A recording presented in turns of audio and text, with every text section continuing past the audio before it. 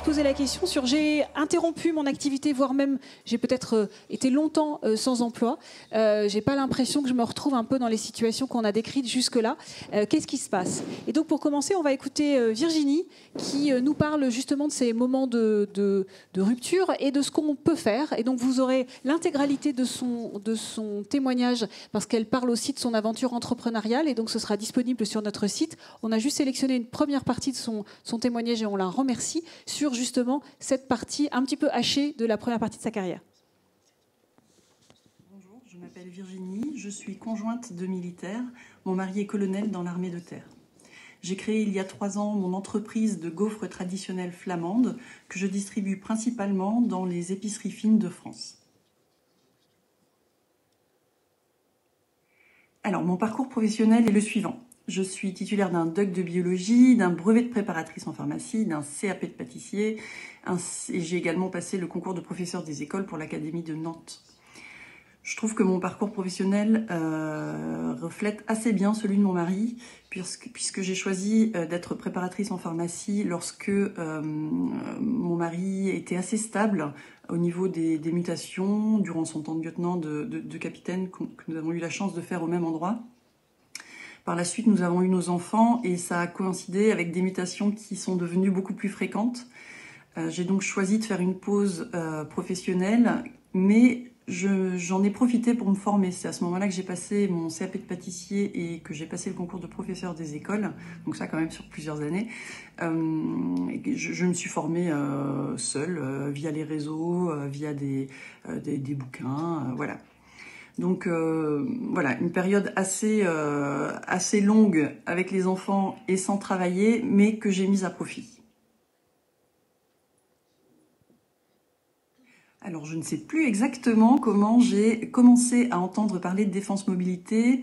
Néanmoins, je me souviens très bien avoir pu rencontrer un représentant au 1er régiment d'infanterie au moins 2 reprises. J'ai également entendu parler de défense mobilité via le réseau Women Forces et à différentes occasions, notamment la journée de formation des épouses de chefs de corps. Enfin, j'ai vraiment eu beaucoup d'occasions d'entendre parler de défense mobilité. J'ai à mon tour fait appel à Défense Mobilité justement parce que j'avais entendu parler d'eux, que j'avais pu les voir entrer en contact avec des amis qui étaient justement en recherche d'emploi ou qui se posaient des questions ou qui souhaitaient suivre une formation. Donc je me suis dit qu'à mon tour, certainement que je pourrais trouver un peu d'aide auprès d'eux.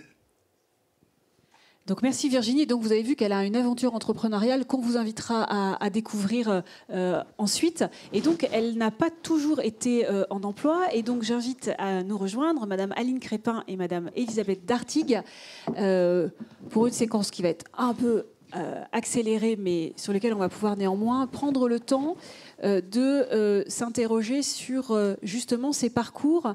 Qu'est-ce qui se passe quand on a été un peu éloigné de l'emploi? Comment est-ce qu'on le vit?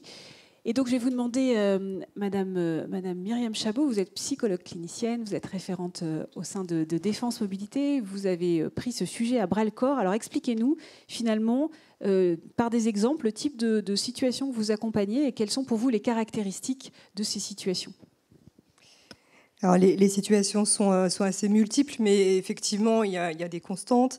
Ces conjointes interrompent leur activité parce qu'il y a une charge mentale qui devient très importante. Il y a aussi la maternité qui prend de plus en plus de place. Et puis les contraintes qu'on connaît, les mobilités propres aux militaires, qui font qu'il y a d'autres priorités qui arrivent et des choix qui sont faits effectivement d'interrompre une activité, ce qui ne veut pas dire qu'elles sont inactives. Maëlys l'a très bien dit. C'est des conjointes qui sont engagées, qui ont beaucoup de microcosmes sociaux autour d'elles, qui s'engagent dans du bénévolat, qui sont vraiment actives et qui développent de nombreuses compétences. Et alors donc, quand elles viennent vous voir, quel est le premier message que vous leur faites passer? Vous avez de la valeur, ce que disait Agathe France, c'est vraiment ça, valoriser leur parcours. Vous avez du réseau, vous pouvez mobiliser et faire graviter ce réseau autour de ce projet de reprise d'activité, vous avez des compétences, vous avez des personnalités qui sont riches, et vous n'avez pas que des compétences comportementales. Vous avez aussi des compétences techniques, vous avez aussi des connaissances, vous avez aussi une expertise que vous avez développée avec toutes les responsabilités que vous avez pu avoir à titre associatif ou autre. Et ces compétences sont transposables. Donc, il ne suffit pas d'avoir une activité salariée. Ce qui va intéresser un employeur, c'est les activités qui ont été des preuves probantes de ce que je suis capable de faire, parce que je l'ai fait dans l'associatif, parce que j'ai fait de la log en gérant des déménagements, parce que j'ai fait... Donc là, et là, j'ai besoin d'un regard extérieur quand même pour savoir que ça a une valeur sur le marché de l'emploi. C'est difficile à anticiper tout seul. Bien évidemment, et c'est là que l'accompagnement est essentiel pour travailler autour de la connaissance de soi. La connaissance de soi, de ses traits de personnalité, des atouts de sa personnalité, de ses compétences, on l'a dit, de ses valeurs professionnelles, dans quel type d'environnement j'ai envie de travailler, et toutes ces compétences comportementales diverses et variées qui sont propres aux conjointes, gestion du stress, adaptabilité, pour citer les principales. Merci. Donc l'objectif, c'est d'arriver à faire un CV, mais un CV pas si atypique, puisqu'on a vu tout à l'heure que finalement, il n'y a plus de CV atypique. Donc comment je parle de mon expérience, de ce que je suis capable de faire. Et donc là, on a le plaisir d'être rejoint par Aline Crépin, mais avec une autre casquette, puisque vous êtes directrice générale adjointe de Upskills, qui est un groupe qui fait partie du groupe Actual. Et donc là, c'est vraiment en tant qu'expert du marché de l'emploi et en tant que recruteur. Et donc, vous avez aussi participé à des forums de l'emploi. Vous avez accompagné aussi des conjointes de militaires. Quels sont les conseils que vous leur donnez, y compris quand on a l'impression qu'on n'a pas vraiment d'expérience à faire valoir parce qu'on n'a pas eu d'activité salariée pendant longtemps. Quels sont les conseils que vous leur donneriez? Alors, je pense déjà, il faut mettre sur le papier tout ce que vous avez fait, en fait. Parce que le fait de l'écrire, le fait de se dire, ah bah oui, pendant cette période-là, la première réponse, vous allez dire, ah mais non, mais j'ai rien fait, en fait. J'avais des enfants en bas âge, donc bon, à part les courses, les couches, voilà, il n'y a rien qui arrive tout de suite. Et puis quand on creuse, il y a des engagements associatifs. Il y a que ça peut être dans l'école aussi, les parents d'élèves. Qui peuvent du coup vous permettre de définir en fait tout ce que vous avez pu mettre en place en termes d'organisation, en termes de suivi, en termes de capacité d'entraînement, etc. Ça peut être aussi, on l'a évoqué tout à l'heure, les phases de déménagement.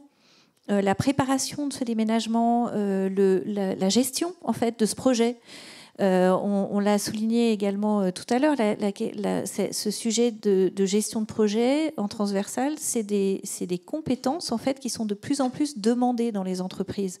Donc le fait de pouvoir montrer son adaptabilité, son sens de l'organisation, son engagement aussi sur du long terme, parce que là vous êtes engagé sur du long terme, c'est ce que vous disiez tout à l'heure, ça fait 21 ans que je vis au rythme en fait d'un engagement qui n'était pas le mien au départ mais qui est devenu le mien aussi. Donc je pense que tout ça, il faut que vous puissiez l'écrire et que vous n'ayez pas peur des trous et que justement vous fassiez cet effort de vous dire pendant cette période-là, quelles sont les compétences que j'ai pu mobiliser.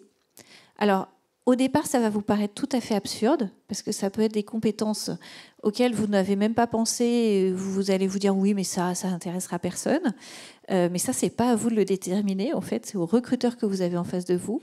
Et surtout, derrière, c'est à la personne qui va vous accompagner aussi, et ça va être le rôle de Défense Mobilité aussi, d'aller pouvoir dire, par rapport à ce que vous avez décrit de cette période-là, on a vu là aussi une période de formation.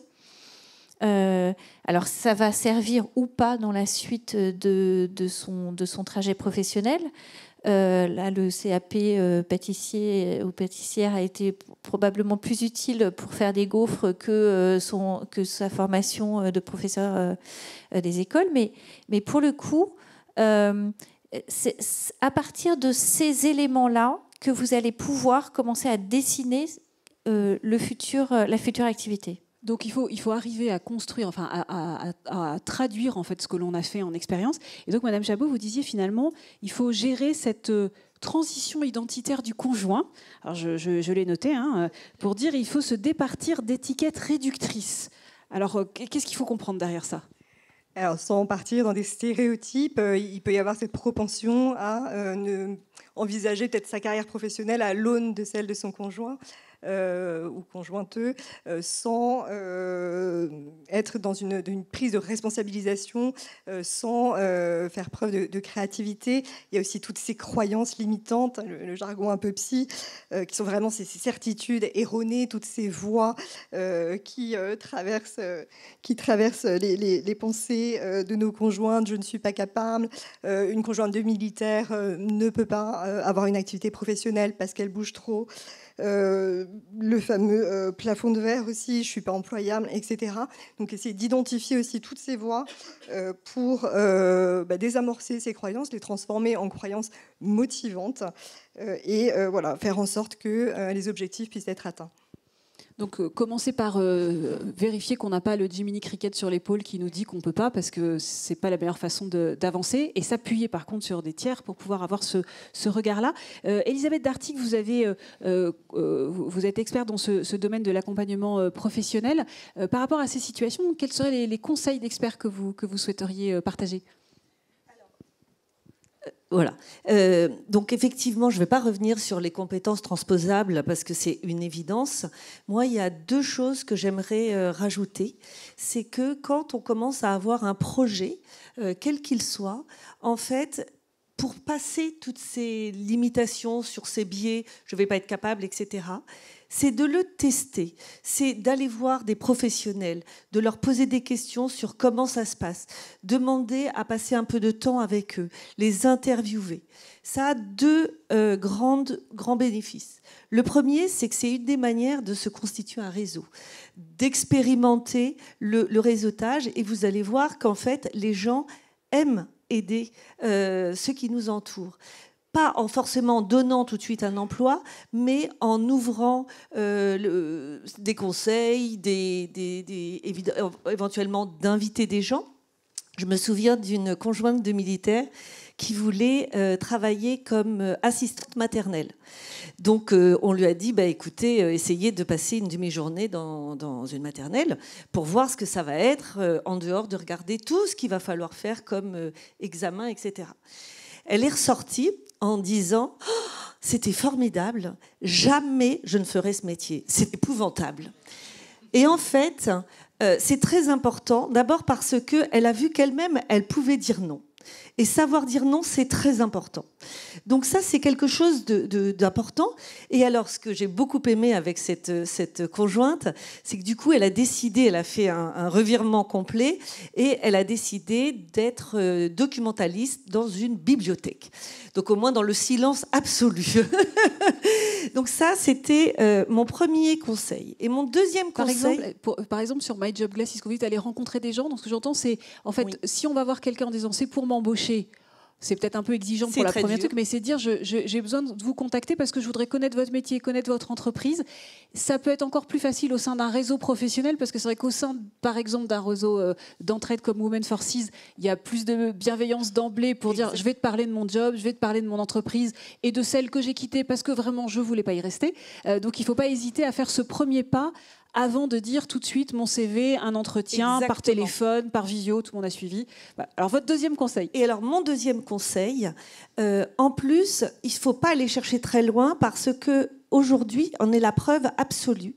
C'est qu'au sein de Défense Mobilité, vous avez une force incroyable, une communauté de conjoints. Et la force, vous allez la trouver aussi dans cette communauté de conjoints. Nous, dans notre accompagnement qu'on fait au sein de mon coach mobilité et de Défense Mobilité, en fait, on crée des groupes de collectifs de conjoints qui sont au chômage. Et je reprends l'exemple de la perte de confiance en soi et se voir à travers le regard des autres qui vivent la même chose. C'est-à-dire que c'est pas la même chose de passer du temps avec quelqu'un qui est en emploi et qui dit « Mais non, ne t'inquiète pas, tout va bien, tu es très compétente ». C'est pas du tout la même chose que d'être avec quelqu'un qui vit les mêmes choses au même moment. Donc, au sein de Défense Mobilité, vous avez la chance de pouvoir avoir accès à cette communauté et c'est une vraie force. Et donc, nous, on l'encourage grandement en disant contacter les autres conjoints qui sont dans la même situation, ou bien qui étaient dans cette situation-là. Voilà. Mais évidemment, j'avais prévu de parler des compétences transposables, mais ça n'était pas la peine. Donc je pense que c'est assez précis. Hein. Donc je vous remercie d'abord pour tous ces éléments. D'abord, c'est pas parce qu'on a été éloigné de l'emploi qu'on ne peut pas revenir. Il faut d'abord s'enlever l'idée que ça va être indépassable, qu'on a des compétences, mais c'est le recruteur, c'est dans son regard qu'on a des compétences, avec ou sans formation, qu'il faut savoir comment aller chercher du réseau pour commencer à amorcer le point. On verra que c'est une question qui est souvent aussi au cœur des retours de séjour à l'étranger et d'outre-mer, mais on le verra dans la partie suivante. Et donc là, je m'amuse à vous faire du teasing sur l'étape prochaine, puisque nous allons nous acheminer vers la pause méridienne, pendant laquelle vous aurez, à partir de 13h30, une session sur le réseautage pour réussir sa mobilité. Je vous rappelle que vous retrouverez tout ensuite en replay. Donc tout le monde a éventuellement des contraintes personnelles, mais vous ne manquerez rien. Si vous voulez poser des questions, par contre, il faut le faire en direct. Le scoop aussi, c'est que plus tard, dans quelques semaines, on aura aussi une émission sur Skyrock PLM en équipe avec Uneo, à l'occasion desquelles on répondra à un certain nombre de questions qui n'auront pas éventuellement trouvé de questions. Et donc, vous aurez encore une autre opportunité de le faire. Vous l'avez vu, la dynamique est lancée. On essaiera de faire autant que possible ce qu'il est en notre pouvoir de faire. Merci beaucoup, mesdames. Sous vos applaudissements, vous allez pouvoir rentrer.